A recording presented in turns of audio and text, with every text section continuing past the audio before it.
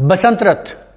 पिछले करीब 2 दिनों से नाम चर्चाओं में है और हर किसी की जुबान पर बसंत रथ और उनके द्वारा किए जा रहे ट्वीट और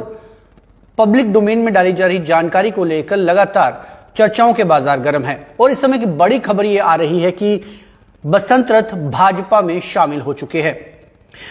इसके पूरे की कहानी और पूरी तफसील से बताऊंगा कि इसके पीछे की खबर क्या है और किस तरह से तफसील में आपको बताना चाहूंगा कि बीजेपी में किस तरह से वो शामिल हुए। लेकिन सबसे पहले मैं बसंत रथ की आपको जीवन शैली के बारे में बताना जरूर चाहूंगा।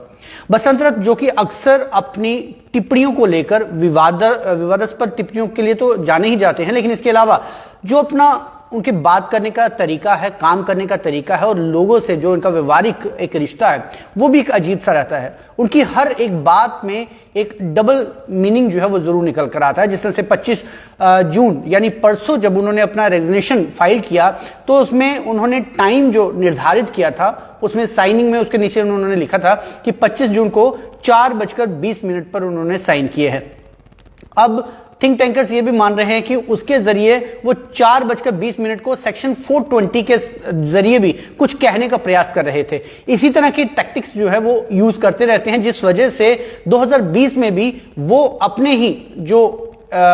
डिपार्टमेंट के सबसे आला अधिकारी यानी डीजीपी को तरीके से व्यंग करने के लिए विवादों में रहे थे। और उसके बाद आखिरकार कोर्ट का सहारा लेने के बाद कोर्ट की तरफ से यह डायरेक्शन बसंत रथ को आई कि आप इस तरह से डेरोगेटिव रिमार्क्स जो है वो नहीं दे सकते। जिसके बाद बसंत रथ जुलाई महीने में जब कोर्ट की तरफ से ये आदेश बसंत रथ को आए तो उसके बाद उन्होंने अपने ट्वीट्स में उन अधिकारियों उन लोगों के खिलाफ डेरोगेटरी रिमार्क्स देना बंद कर दिए। लेकिन 25 जून को जैसे ही उन्होंने अपना रेजिग्नेशन फाइल किया उसके बाद एक बार फिर से आज वो चर्चाओं में आए और उन्होंने डीजीपी दिलबाग सिंह के खिलाफ फिर से डायरेक्टली एक ट्वीट जो है वो दे दिया, जो कि सुबह से ही खबरों में आप साफ तौर से देख रहे हैं। मैं एक बार फिर से रिपीट करना चाहूंगा। उस ट्वीट में उन्होंने लिखा कि dear friends, if anything bad happens to my reputation and safety, Dilbag Singh son of Balbir Singh the IPS officer who has been the police chief in J&K since आगे उनकी तिथि दी गई है, कब से उन्होंने ज्वाइन किया है 31/10/2018, प्रेजेंट पे स्केल तक उन्होंने दिया है लेवल 17, विल बी रिस्पॉन्सिबल। यानी एक बार फिर से जो कोर्ट की डायरेक्शन थी उसके बावजूद उन्होंने फिर से डीजीपी पर सीधे तौर से प्रहार करना शुरू कर दिया। अब मैं वापस रिपीट करूंगा उनकी इसी बिहेवियर को लेकर कि आखिर उन्होंने जो रेजिग्नेशन दिया उसके बाद 2 दिनों के बाद उन्होंने ये भी कह दिया कि वो बीजेपी में शामिल हो गए हैं। आपको बता दें कि जब से ये मामला चलता आ रहा है बसंत रथ किसी भी मीडिया पर्सन से या किसी न्यूज एजेंसी से डायरेक्टली बात करने के लिए राजी नहीं है, लेकिन उन्होंने दिल्ली की एक एजेंसी जिसमें वो अक्सर अपने जो लेख है वो लिखते भी हैं और उसी विवादित लेखों के लिए भी वो जाने जाते हैं, जिसके लिए एक बार इंक्वायरी भी जो है वो डिपार्टमेंट की तरफ से उनके लिए हुई थी कि आप आखिर इस तरह से विवादित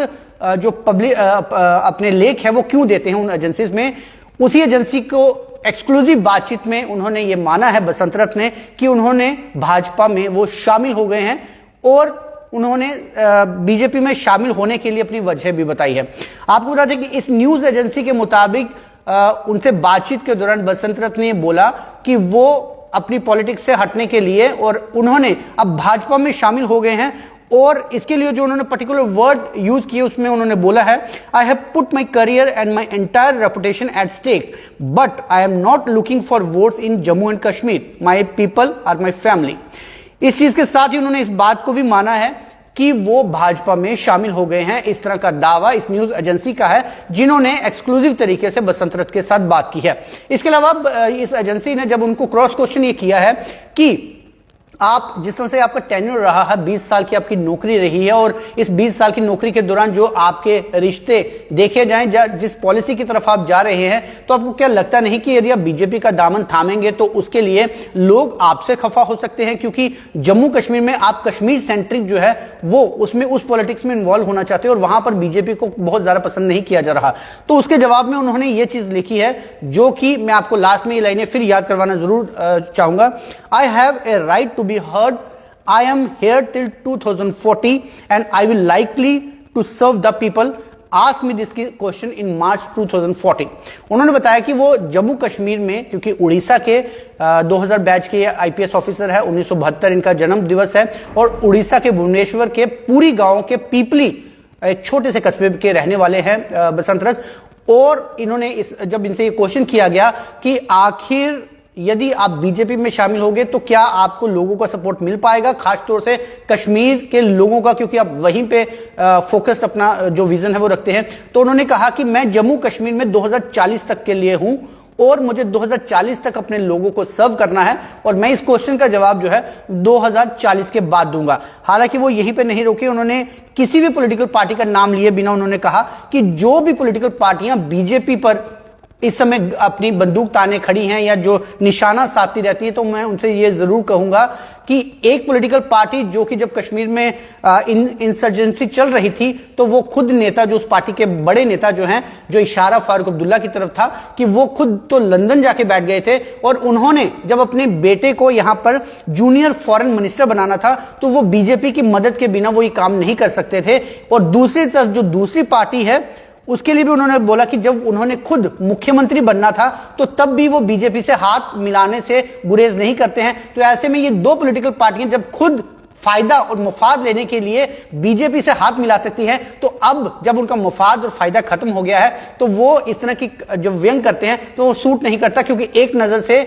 वो भी जो दोनों पॉलिटिकल पार्टियां हैं वो भी बीजेपी की बी पार्टियां ही हैं। इस तरह का जवाब भी जो है वो बसंत रथ ने उनको दिया है। लेकिन अब जो मुख्य बात जो मैं शुरुआत से कहने जा रहा था कि बसंत रथ की जो जीवन शैली और उनके बातचीत करने का तरीका और जीने का तरीका है, उसके हर एक बात को सीधे से नहीं बल्कि टेढ़े तरीके से जरूर देखना चाहिए। अब आज उन्होंने इस एजेंसी के लिए जरूर माना कि वो बीजेपी में शामिल हो चुके हैं, जो कि लोग अपने कमेंट्स में भी उन्हें बार बार लिख रहे हैं कि आखिर अब क्यों बीजेपी के लिए अपना इस तरह का प्रेम जो है वो न्यौछावर कर रहे हैं। तो आपको बता दें कि अभी तक जो मुख्य बात है कि बसंत रथ ने अपना रेजिग्नेशन चीफ सेक्रेटरी को फाइल किया है, लेकिन प्रमुख बात यह है कि अभी तक जम्मू कश्मीर सरकार या केंद्र सरकार ने उनका रेजिग्नेशन जो है वो एक्सेप्ट नहीं किया है। और यदि हम सूत्रों की माने, सोर्सेज की माने, तो शायद इस समय उनका जो रेजिग्नेशन है वो एक्सेप्ट नहीं किया जा सकता, क्योंकि वो ऑलरेडी इस समय जो उनके ऊपर एलिगेशंस लगे हैं उसके लिए इंक्वायरी उनके ऊपर इनिशिएट की गई है, जिसके लिए वो सस्पेंशन पिछले 2020 से अभी तक झेल रहे हैं। तो ऐसे में जब तक उनके लिए इंक्वायरी ये कंप्लीट नहीं हो जाती, ऐसे में मुमकिन नहीं है कि जम्मू कश्मीर सरकार उनके इस रेजिग्नेशन को एक्सेप्ट करे। तो ऐसे में शायद ये बात बसंत रथ भी जानते हैं कि वो रेजिग्नेशन जरूर दे रहे हैं, लेकिन शायद सरकार जो है वो अभी उनके इस रेजिग्नेशन को एक्सेप्ट नहीं कर सकती जब तक कि उनके खिलाफ चल रही इंक्वायरी कंप्लीट नहीं हो जाती। और शायद इसी इशारे को उन्होंने इस इंटरव्यू में भी जरूर बताया है कि 2040 तक वो जम्मू कश्मीर में सर्व करने के लिए आए हैं, और 2040 में सर्व करने के बाद ही वो इस बात का जवाब देंगे कि वो बीजेपी के लिए प्यार रखते हैं या नहीं रखते हैं। तो शायद उनके द्वारा जो ये माइंड गेम खेली जा रही है, शायद पब्लिक का अटेंशन अपनी तरफ डाइवर्ट करने के लिए है, या फिर काफी दिनों से 2 सालों से चर्चाओं में ना रहने की वजह से, क्योंकि 2 साल बसंत रथ के लिए बहुत महत्वपूर्ण है। डीआईजी जब वो बने 2 साल तक डीआईजी रहे और उन्हें कोई प्रमोशन जो है वो नहीं मिली। उसके बाद वो आईजी ट्रैफिक रहे, जो उन्होंने धुआंधार अपनी पारी खेली, वो भी लगभग करीब 2 सालों तक ही रही। उसके बाद 2020 में वो